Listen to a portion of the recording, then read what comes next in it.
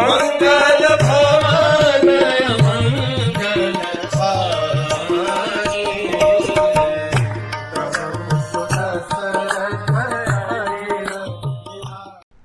हरे कृष्ण। तो हमने देखा था कि किस प्रकार से एक महान व्यक्ति के चरित्र के बारे में हमने चर्चा की, उसके गुणों के बारे में हमने चर्चा की। He should be ready to give, let go, let people remain free. सबको कंट्रोल करके रखना, ये लीडर नहीं हो सकता। ये छोटा मैनेजर है, वो लीडर नहीं है। There is a difference between a leader and a manager. Manager keeps control, a leader doesn't keep control. Yes.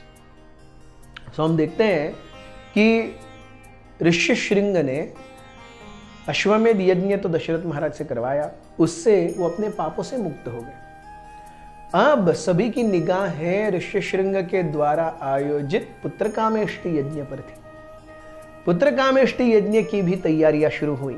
उसका जो मुख्य यज्ञ का प्रांगण था, उसको एक गरुड़ का आकार दिया गया। क्यों गरुड़ का आकार दिया गया? जब यह पुत्रकामेष्टि यज्ञ होगा तो वैकुंठ से एक गरुड़ आकर के दशरथ महाराज को उस यज्ञ का फल देंगे। इसीलिए उस यज्ञ का जो यज्ञ मंडली, यज्ञ स्थली का जो आकार था, वो गरुड़ के शेप में रखा गया। यज्ञ शुरू हुआ, आहुतियां शुरू हुई।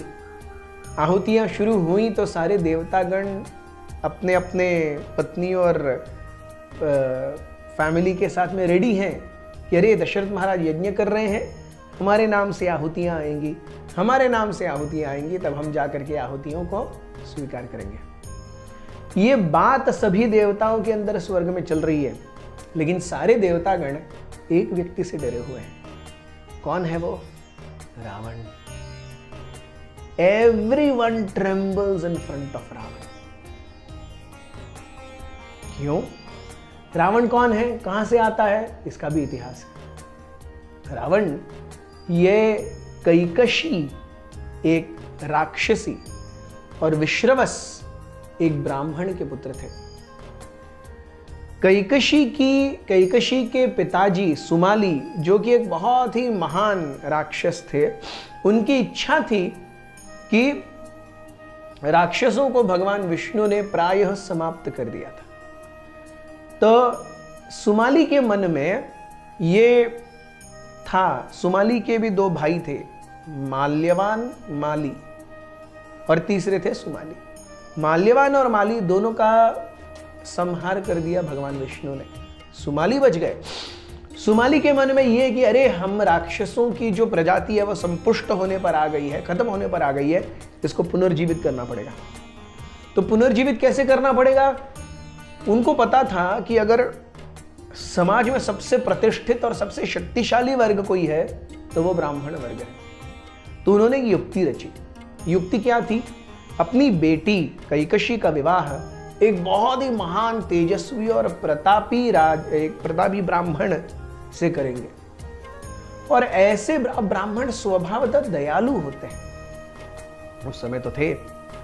तो जब सुमाली अपनी बेटी कैकशी के विवाह का जो प्रपोजल है वो एक महान ऋषि विश्रवस के पास लेकर के गए, विश्रवस उन्हें नकार नहीं पाए। सुमाली उनके सामने बहुत ही ज्यादा हाथ जोड़ करके, पैर पड़ के, कृपया ले लीजिए, उसका उद्धार कर दीजिए, वो राक्षस कुल में पैदा हुई है, प्लीज डू समथिंग।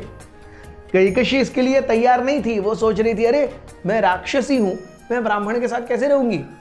फिर भी अपने पिता की इच्छाओं का आदर करने के लिए उन्होंने अपने जीवन को झोंक दिया। झोंका मतलब उनकी इच्छा थी एक राक्षस के साथ विवाह करने की, अपने जीवन को झोंक दिया, अर्थात एक ब्राह्मण के साथ विवाह करने के लिए वो तैयार हो गई। विवाह हुआ। आगे जा करके जब विश्रवस को पता चला कि कैकशी सही में क्यों आई है उनके यहां, तो उन्होंने श्राप दिया कैकशी को कि तेरे उदर से 3 ऐसे राक्षस जन्मेंगे जो केवल दूसरों के रक्त पिपासु होंगे, दूसरों के रक्त के ऊपर ही जिएंगे, यही तुझे श्राप है मेरा।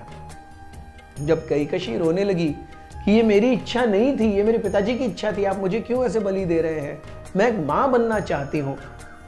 तब विश्रवस ने उनके ऊपर थोड़ा उनका हृदय पसीज गया और कहा कि आपको एक और महान भक्त भी पुत्र के रूप में प्राप्त होंगे। सो यहां हम देखते हैं कैकशी को जो 3 असुर पुत्र या पुत्रियां मिलेंगी, वो कौन थे? रावण, कुंभकर्ण और शूर्पणखा। और एक महान भक्त जो आएंगे वो कौन है? विभीषण। बहुत बहुत धन्यवाद। हरे कृष्ण।